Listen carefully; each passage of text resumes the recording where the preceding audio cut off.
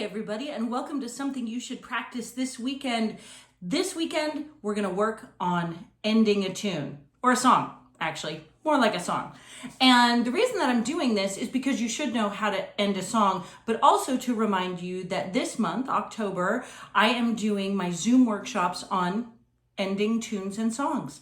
You get to the end and you're like, well, how do I stop this train?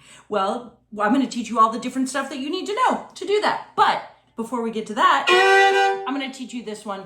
This is so fun. It's super, I don't know, kind of old fashioned. It's a little bit old school and it's kind of, I don't know, sassy. Is that the word I want to use? I don't know. But we're going to do it in the key of G.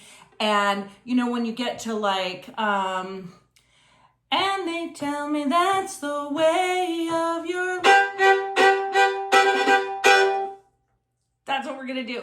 And it kind of matches with, you hear the other instruments go, bum, bum, bum, bum, ba-da-la-dum, bum. All the instruments kind of have a similar thing like that. And so what we can do all kinds of different ones. And when I do the workshops, I'll show you all the different options. But this one, you just pick the root chord or a root double stop, and you just go bum, bum, bum, bum, bum, bum, bum, bum. Like that. You just stay on the same one. So for G, we're gonna do D3.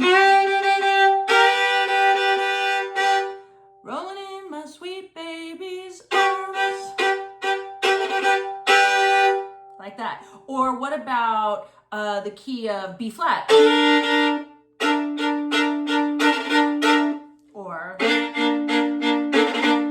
down low like that. Or what about the key of B? So we might do a double first finger. And you really need to keep it close to the frog so that it's nice and kind of heavy and gritty. And you kind of bounce. And if you can get a good long bow at the end, all the better. What about F? Low D2, G1. Or what about C? You can always practice your second position. Get your C up there, so that's low A2, but we're gonna put first finger there instead.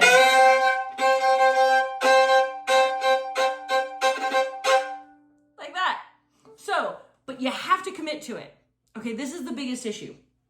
When it comes to the end of the song and somebody's done the very last chorus and we know we're going to end, you can't go timid on it. Because if you come in late, it's weird and it's a pretty fast, like that. And sometimes you can do a hard stop like that. That's fun. But you have to really be ready to do it and you got to commit to it. Otherwise, it just kind of falls flat a little bit. And we want it to be strong and bold.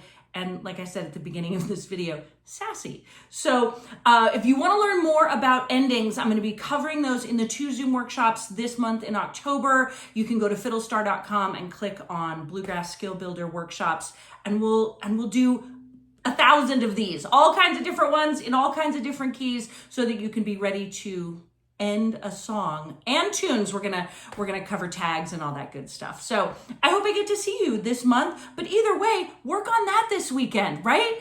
Get to the end. Get to the end of the song. Happy fiddling, everybody.